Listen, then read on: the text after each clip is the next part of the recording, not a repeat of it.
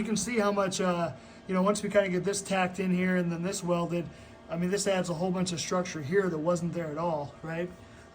Also makes it so that, this plate would never come out, right? Because this is in the way. So you definitely got to get that all in there first, then you do these last to really strengthen it.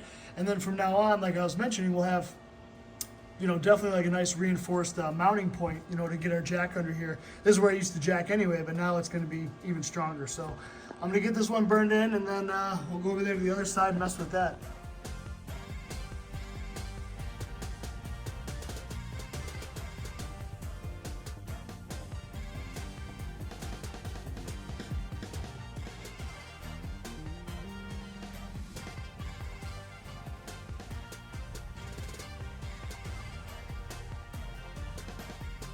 All right, so we got this thing kind of sort of welded up. It looks horrible, but when you're putting these things on here, I use the jack to kind of hold it in place and like push up on it. But on my particular car, like this back section, man, we still had pretty big gap just because the factory, the car metal wasn't straight, across. So there was kind of a big gap in the middle.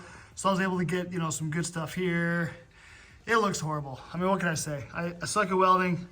Never welded enough to be good at it, but this little welder here we got from Harbor Freight, the 170 220 amp. I mean, this thing works awesome in the hands of someone that can actually use it. Like, we use this to weld up our entire death cart. My friend Lewis and Kevin, those two dudes are really good at welding, and stuff looks beautiful. Like, we welded the stainless steel exhaust on the death cart. This machine, awesome. The only thing I don't really like about this particular machine is you've only got kind of min and max for the heat. You can't actually turn up the heat, to a certain amperage like you can with my Everlast TIG welder. Otherwise, this thing has been awesome for 4 or 5 years now. And now you can get even cheaper ones. Like back when we bought this, I think it was like about $200, $180 from Harbor Freight. Now on Amazon, there's even cheaper ones. If you look, I mean, you get like $100 welders that have the similar 170 amp output. So definitely gotten a lot cheaper. All right, so what we're gonna do now is I'm gonna go through and just kind of grind this stuff a little bit. I don't care all that much, but just the stuff that looks super crazy horrible. We're gonna grind that off, and then we're gonna hit it with some paint.